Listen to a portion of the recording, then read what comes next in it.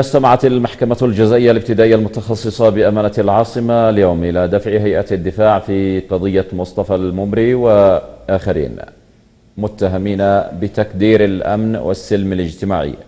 وفي الجلسة المنعقدة برئاسة رئيس المحكمة القاضي يحيى عبد الكريم المنصور، رد وكيل النيابة القاضي صارم الدين مفضل وعضو النيابة خالد عمر على مذكرة دفوع قانونية جوهرية إجرائية موضوعية قدمها المحامي وجيه الوجيه، طالب فيها بإنهاء إجراءات الدعوى الجزائية والتقرير ببراءة موكليه الأربعة والإفراج الفوري عنهم بالضمان التجاري الأكيد، مراعاة للإجازة القضائية القائمة على الأبواب.